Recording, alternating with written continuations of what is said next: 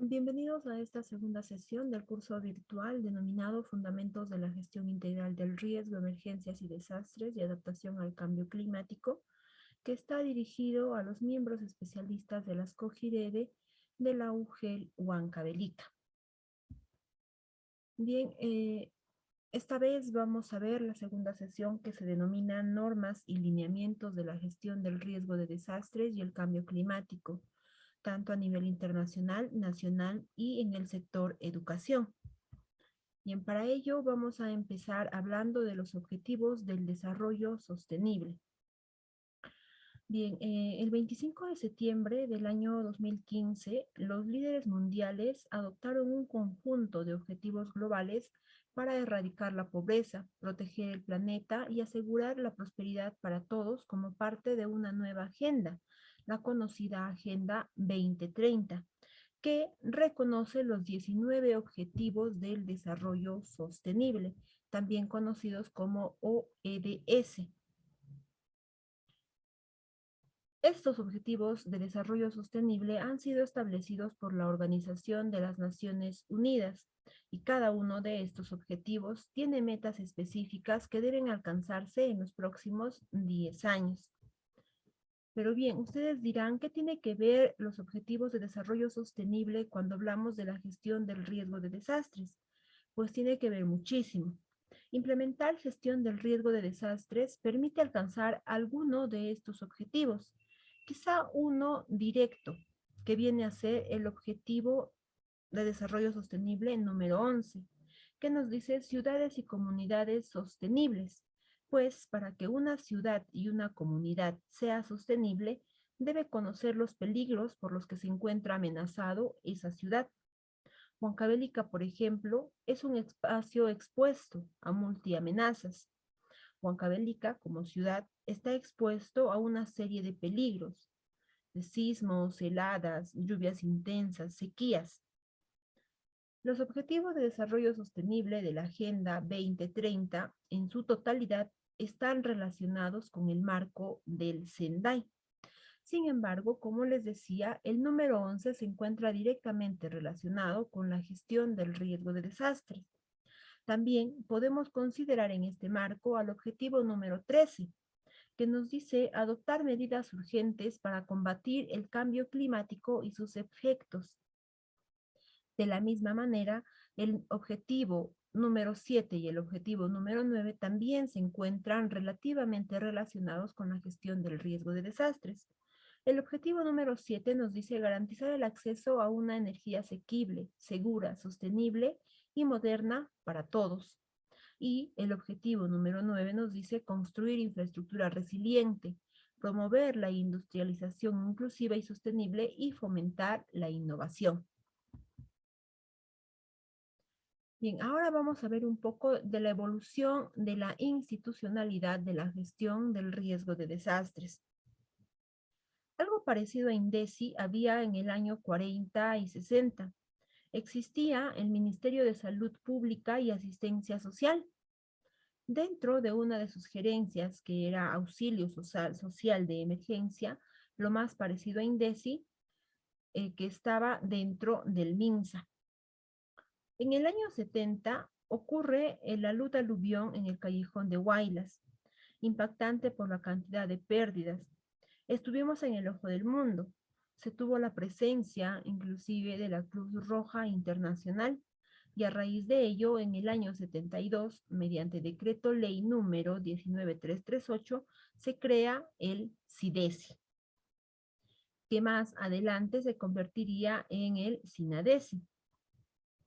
En el 87, mediante el decreto legislativo número 442, se crea el INDECI, asumiendo la Rectoría de Defensa Civil, pero como no tenía alcance nacional, con el decreto legislativo número 735, en el año 91, se crea el SINADESI, que reemplaza el SIDESI, y el INDECI asume la Rectoría. En el año 98, con el decreto legislativo número 905, se crea la ley del SINADESI. El terremoto fue en el año 70, pero recién en el 98 teníamos ley del SINADESI. El 2007 ocurre un sismo en Pisco, catalogado como terremoto que permite hacer una revisión a la ley del SINADESI, el Sistema Nacional de Defensa Civil. ¿Por qué ocurrió el terremoto del 70, los niños del 83, 97 y 98, terremoto de Pisco, y no había una gestión adecuada para poder reducir la cantidad de afectados? Y ahí llega la pregunta del por qué, qué sucede, y se entra a una etapa de reflexión.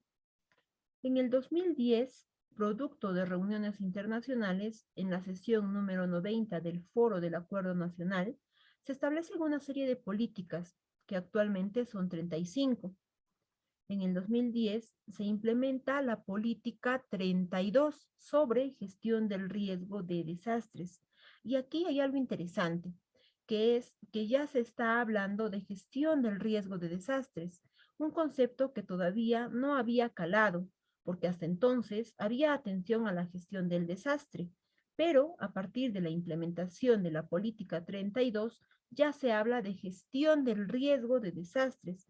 Es así que en el año 2011 se crea la ley número 29664, que está vigente hasta la fecha. La ley número 29664 que crea el Sistema Nacional de Gestión del Riesgo de Desastres. Entonces, como podemos ver, el 2011 fue un año clave porque se pone pautas en lo que era el SINADESI y lo que a partir de ese momento se convertiría en el SINAGER, en el Sistema Nacional de Gestión del Riesgo de Desastres. Es decir, dejamos de hablar del Sistema Nacional de Defensa Civil, cuya principal característica es una gestión del desastre enfocado en una gestión reactiva. Y a partir del 2011 nos focalizamos en el Sistema Nacional de la Gestión del Riesgo de Desastres. Ahora, igual que INDECI, el CENEPRED es también rector del SINAGER. En resumen, el 2011 fue un año clave, ya que a partir de ese entonces ya empieza un nuevo enfoque. Se pasa de un enfoque focalizado en la gestión del desastre a un enfoque de gestión del riesgo de desastre. Este Sistema Nacional de Defensa Civil tiene como ente rector al INDECI. Todo parte del terremoto de Ancash y luego cuando se va implementando todo ello, surgen eventos también importantes. No solo el evento de Huaraz, sino también los fenómenos del Niño. Toda esa multipeligrosidad que generó el territorio peruano. El sismo de Pisco fue también muy importante, que nos lleva a la reflexión de qué estamos haciendo mal como país. Y lo que estábamos haciendo mal era que no estábamos invirtiendo en prevención. Y luego esto se materializa en el Sistema Nacional de Gestión del Riesgo de Desastres, que nace con la Ley 29664, donde ya veníamos trabajando con algunos instrumentos.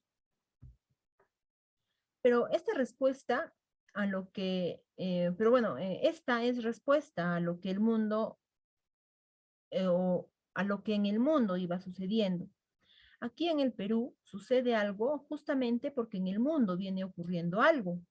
No somos una isla, el Perú no es una isla, el Perú es justamente parte de un sistema mundial y lo que pasa en el mundo pasa en el Perú. Por eso es que no hay que perder de vista lo que está pasando en el mundo. Respecto al marco internacional, en el 89 se aprueba el Decenio Internacional para la Reducción de los Desastres Naturales, que iba del 90 al 99. Y démonos cuenta que en esta época todavía se hablaba de desastres naturales. Estaba más focalizado en esta atención a los desastres, porque como que la naturaleza cobrara un protagonismo en la generación de desastres, lo cual a la fecha hemos comprendido que esto no es tan correcto. En el 94 se aprueba la estrategia y plan de acción de Yokohama, que era antecesor de la acción de Yogo y de Sendai, que pone pautas, pone ejes estratégicos y pone políticas para encauzarnos dentro de la gestión del riesgo de desastres. En este caso, aquí se implementan las primeras políticas de gestión del riesgo. Luego, en el año 2000, se aprueba la Estrategia Internacional para la Reducción de los Desastres, en la cual también va con la misma línea. En el 2002 se aprueba el Plan para el Desarrollo Sostenible, en la cual incluye una nueva sección sobre un enfoque integrado global para tratar el tema de la vulnerabilidad y la gestión del riesgo de desastres. El 2005 tuvimos el marco de acción de Yogo, que iba de 2005 a 2015, y lo que buscaba era aumentar la resiliencia en las naciones y comunidades ante la ocurrencia de desastres. Este concepto de resiliencia como que cobra mayor fuerza, porque poco se habla de resiliencia. Cuando hablamos de riesgo, de gestión del riesgo de desastres, hablamos de peligro, de vulnerabilidad, de exposición, de riesgo, pero muy poco hablamos de resiliencia. Sin embargo, la resiliencia es un concepto necesario, es un concepto que las sociedades debemos fortalecer porque nos permitiría afrontar de manera más asertiva ante la ocurrencia de un desastre. No hay mejor manera que cultivar resiliencia para poder afrontar una situación de desastre. El 2015, cuando ya finaliza el marco de acción de Yogo, se aprueba el marco de acción del Sendai. Y aquí lo interesante es que ya se habla de la gestión del riesgo de desastres. Aquí ya empieza a mencionarse y hablarse de este concepto de riesgo. En síntesis, hay un contraste de enfoques entre lo que es Yokohama del 94, Yogo del 2005 y Sendai del 2015, por el cual Yokohama en el 94 estaba más focalizado en el desastre y en el control del desastre. Estaba centrado en la atención y reconstrucción frente al desastre, o sea, básicamente en la gestión reactiva. Mientras que en Yogo del 2005 más estaba focalizado en el riesgo y en su gestión. Y también se habla de respuesta y recuperación, pero es en el 2015, con el marco del Sendai, donde ya se habla de la reducción del riesgo, o sea, ya no solamente es estimar el riesgo, sino también ver cómo reducimos ese riesgo. Y reducir el riesgo, y al reducir el riesgo debemos intervenir con algunas acciones reductivas, que pueden ser tanto estructurales como no estructurales. Y eso ya se menciona bastante, se habla bastante, siendo un componente dentro del control del riesgo. El marco del Sendai para la reducción del riesgo de desastres se adoptó, como les decía, el año 2015 en la tercera Conferencia Mundial de las Naciones Unidas sobre la reducción del riesgo de desastre, a fin de proteger a la población y fortalecer la resiliencia. Este marco de acción del Sendai identifica 4 prioridades que se deben alcanzar para el año 2030. Primero, comprender el riesgo de desastres. ¿Qué nos dice? Comprender el riesgo de desastres trata de asegurar políticas y prácticas de gestión del riesgo de desastres basado en un entendimiento de las vulnerabilidades y el grado de exposición a todos los peligros. De esta manera, se podría prevenir la aparición de nuevos riesgos y reducir los riesgos ya existentes. La segunda prioridad nos dice fortalecer la gobernanza del riesgo de desastres. Se debe contar con una estrategia clara, instituciones sólidas, leyes y presupuesto para asegurar la gestión eficiente del riesgo de desastres. La tercera prioridad, invertir en la reducción del riesgo de desastres para la resiliencia. Incluye inversión pública y privada en medidas que permitan prevenir y reducir las pérdidas por desastres. Y la cuarta prioridad, que viene a ser aumentar la preparación ante desastres a fin de dar una respuesta eficaz y reconstruir mejor las áreas afectadas por un desastre. Y bien, ahora vamos a pasar a ver las normas internacionales. Vamos a empezar con los principios humanitarios. Los principios de humanidad, imparcialidad, independencia y neutralidad se derivan de los principios fundamentales del movimiento internacional de la Cruz Roja y la Media Luna Roja, que fueron proclamados el año 65. Bien, ¿cuáles son estos principios humanitarios? Los principios humanitarios son 4.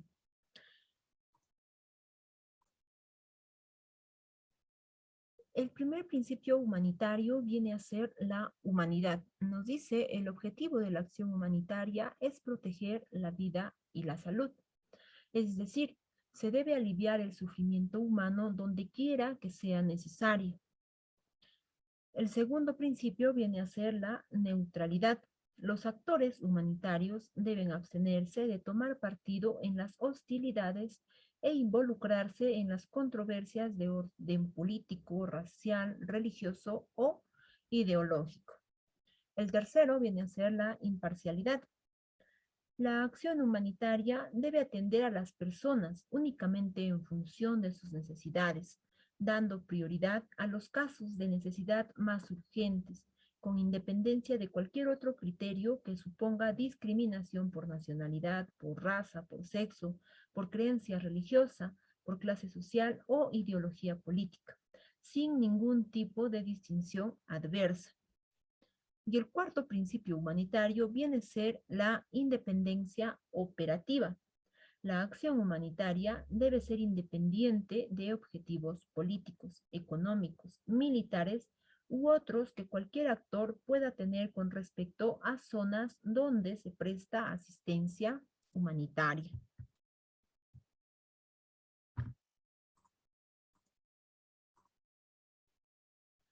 Ahora vamos a pasar a ver el proyecto Esfera, la Cruz Roja y la Media Luna Roja. La Media Luna Roja es una organización humanitaria. Junto con la Cruz Roja, forma parte del movimiento internacional de la Cruz Roja y la Media Luna Roja. La Media Luna Roja, cuyo emblema es precisamente una media luna roja sobre un fondo blanco, desarrolla labores humanitarias en regiones azotadas por desastres naturales y conflictos armados. Cuando hablamos de la Cruz Roja, podemos decir que esta nació por iniciativa de un hombre llamado Henry Dunant, quien socorrió a los soldados heridos en la batalla de Solferino en el año 1859. La Cruz Roja nace como apoyo a la Media Luna Roja. Ahora, ¿qué es el proyecto Esfera? El proyecto Esfera se basa en dos convicciones principales. Primera, que se deben tomar todas las medidas posibles para aliviar el sufrimiento humano producido por calamidades y conflictos armados. Y segundo, que las personas afectadas en los casos de desastres tienen derecho a vivir con dignidad y por lo tanto tienen derecho a recibir asistencia humanitaria. Hasta antes del año 97, solamente en el mundo existía el movimiento internacional de la Cruz Roja. Entonces, el proyecto Esfera nace en el año 97, fundado por un grupo de profesionales humanitarios, con el fin de mejorar la calidad de la labor humanitaria, porque hasta entonces no se hablaba todavía de la atención humanitaria respecto al abastecimiento de agua, de saneamiento y promoción de la higiene. No se hablaba de la seguridad alimentaria y la nutrición. Tampoco se hablaba del alojamiento y asentamiento de las personas víctimas de los conflictos o de los desastres. Es por ello que nace el proyecto Esfera, que básicamente viene a ser un manual. Complementario a estos tres proyectos que vimos en la diapositiva anterior, también nacen las normas INE, que como les decía, son un complemento esencial a las normas del proyecto Esfera, que esbozan las normas mínimas sobre ayuda humanitaria en casos de desastres. Pero ¿para qué nacen las normas INE? El manual de las normas mínimas de la INE contiene 19 normas. Está diseñada para su uso en respuesta a crisis en una variedad de situaciones, incluidos desastres causados por peligros naturales o conflictos armados. Este manual fue creado en 50 países distintos por más de 2.250 personas, con la finalidad de brindar una mejor calidad en la preparación, respuesta y recuperación educativa frente a emergencias, brindando oportunidades de aprendizaje a niños, niñas, adolescentes y jóvenes, garantizando el derecho a la educación. Al haber sido creados con la participación de tantos países, buscan ser unos estándares mínimos que aplican a cualquier contexto educativo. ¿Y en qué se basa? Las normas CINE. Las normas CINE se basa en lo siguiente. Nos dice que la educación en situaciones de emergencia garantiza la dignidad y mantiene la vida al ofrecer espacios seguros para el aprendizaje, donde es posible reconocer y brindar apoyo a aquellos niños, niñas y adolescentes que necesiten asistencia. Hasta antes de las normas INE únicamente se hablaba de salud, ya se hablaba con las normas de esfera de saneamiento, de alimentación y también se hablaba de asentamiento y alojamiento. Sin embargo, todavía no se tocaba el tema de la educación. Es por ello que se implementan las normas INE. El año 2007, después del sismo de Pisco en el Perú, se puso en marcha este manual de las normas INE. ¿Cómo?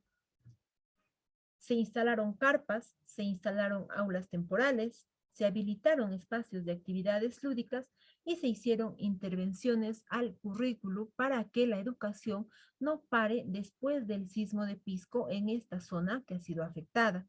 Todo ello teniendo en cuenta las recomendaciones de las normas INE.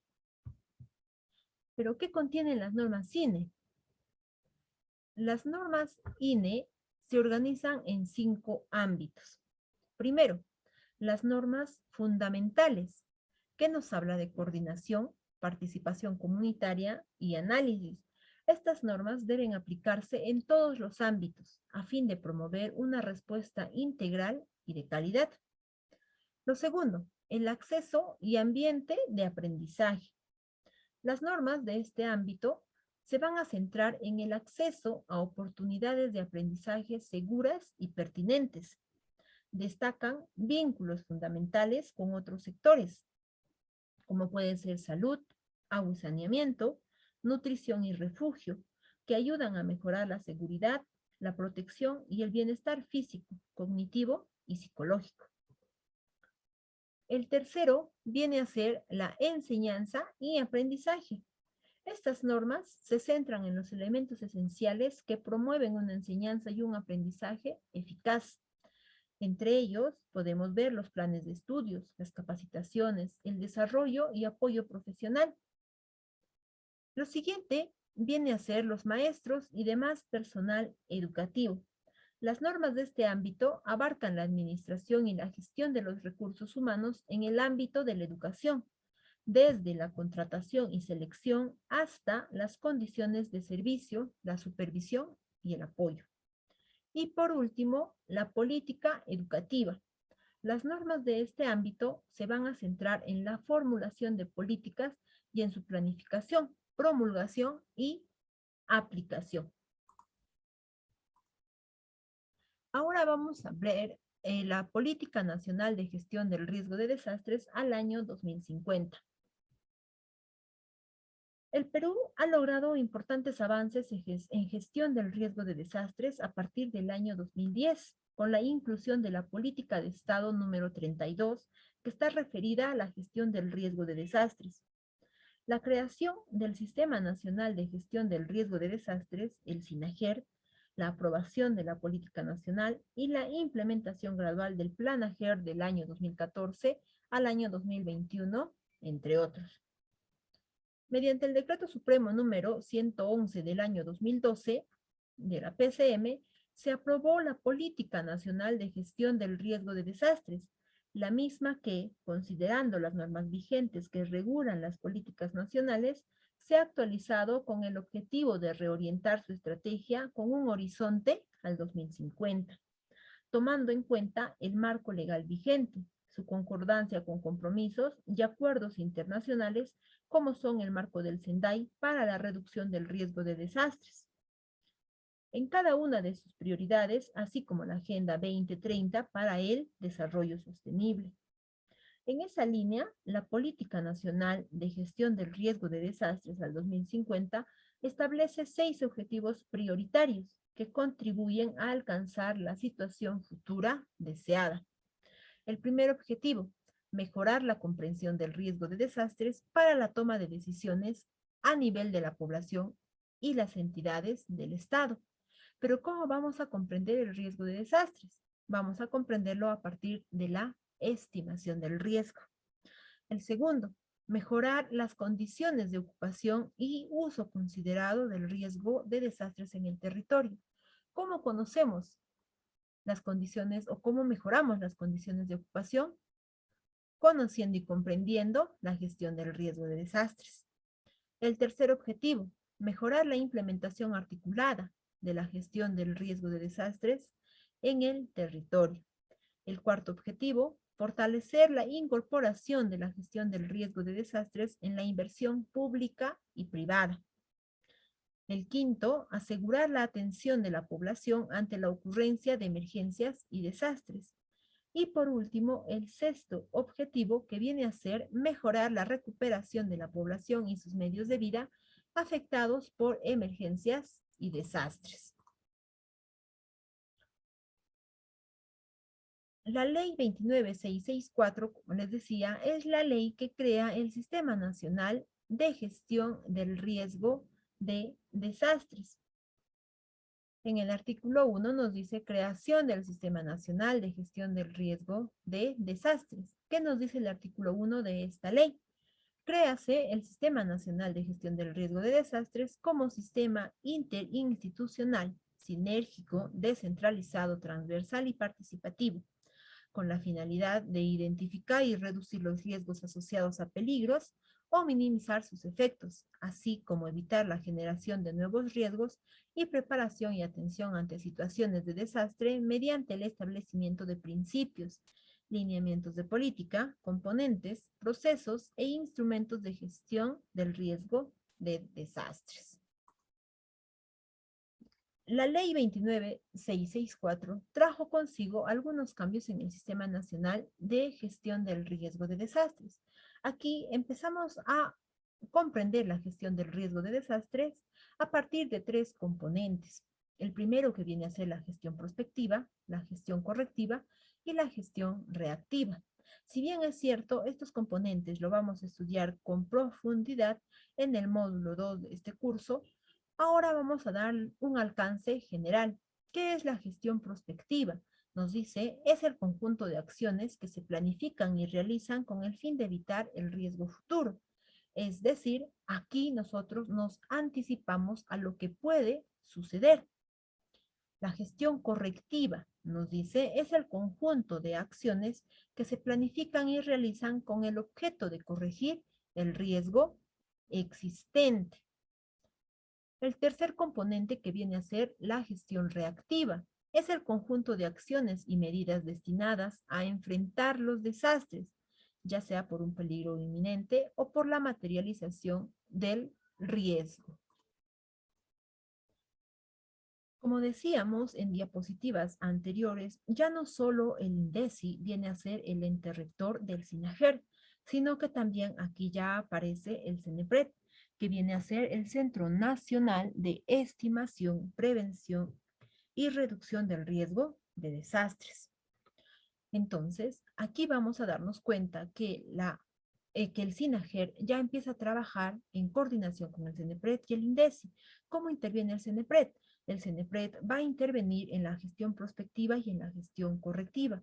Es decir, nosotros a través del CENEPRED nos vamos a poder preparar, nos vamos a poder prevenir, vamos a poder anticiparnos a lo que pueda suceder.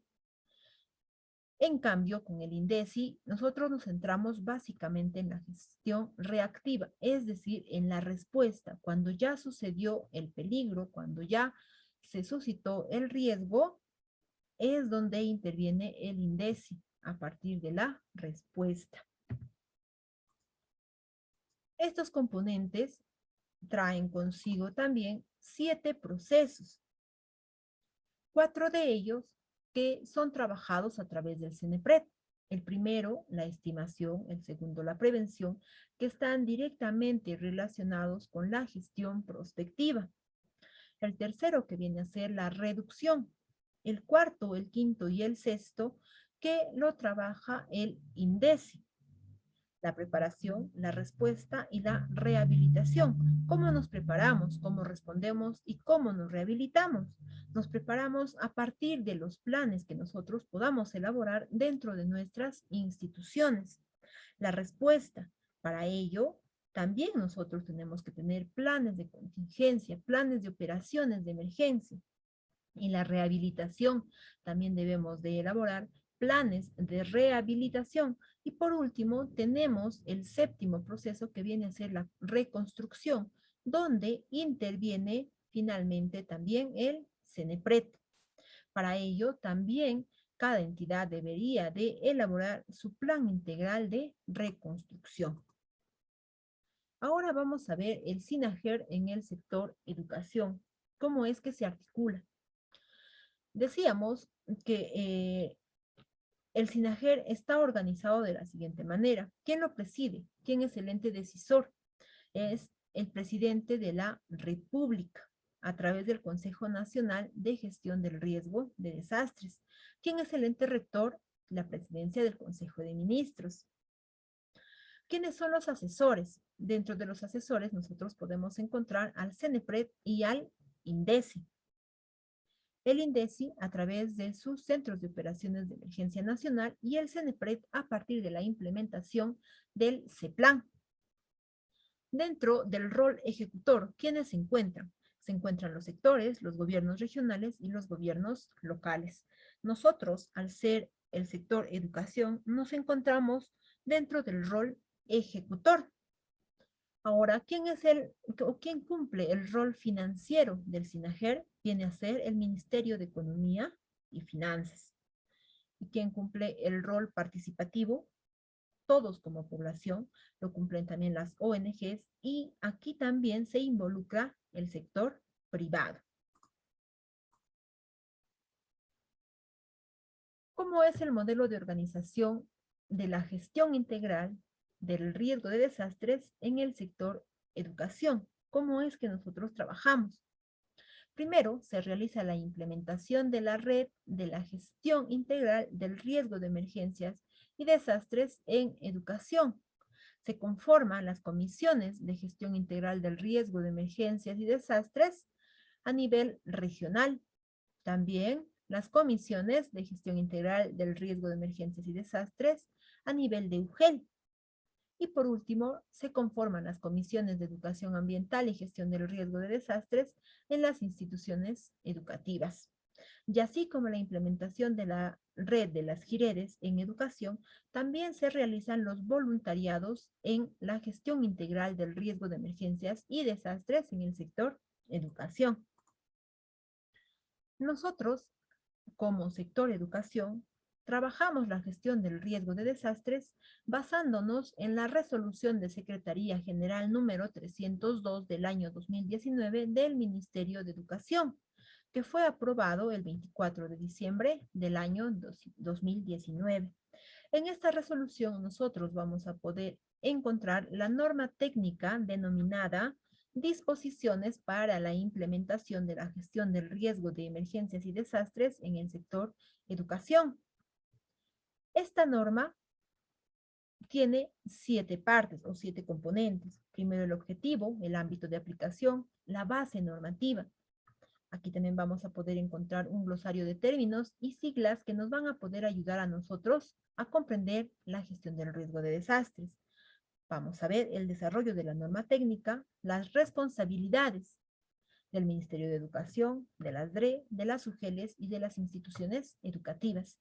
Y finalmente vamos a encontrar algunos anexos que nos van a apoyar en el entendimiento de la gestión del riesgo de desastres, en su desarrollo y en su implementación dentro del sector educación. ¿Cuál es el objetivo de esta norma? Nos dice es establecer disposiciones para orientar a las instancias de gestión educativa descentralizada para la ejecución de las acciones que garanticen la implementación e incorporación de la gestión del riesgo de emergencias y desastres en los instrumentos de gestión y planificación del sector educación. ¿Cuál es el ámbito de aplicación? Las disposiciones contenidas en esta norma técnica son de cumplimiento obligatorio para las instituciones, organismos e instancias de gestión educativa descentralizadas que conforman el sistema educativo en el Perú. Es decir, que esta norma debe ser aplicada no solamente en las instituciones públicas, sino también en las instituciones educativas privadas. Pero ¿cómo se articula el Ministerio de Educación con la gestión del riesgo de desastres? El Ministerio de Educación se articula en los niveles regionales y locales a través de las direcciones regionales de educación y las unidades de gestión educativa locales, y también en las instituciones educativas, siendo estas tres instancias técnico-operativas e implementadoras en el marco del Sistema Nacional de Gestión del Riesgo de Desastres. El Ministerio de Educación, a través de la Oficina de Defensa Nacional y Gestión del Riesgo de Desastres, la ODENAGED, es responsable de conducir las acciones en materia de gestión del riesgo de desastres, seguridad y defensa nacional.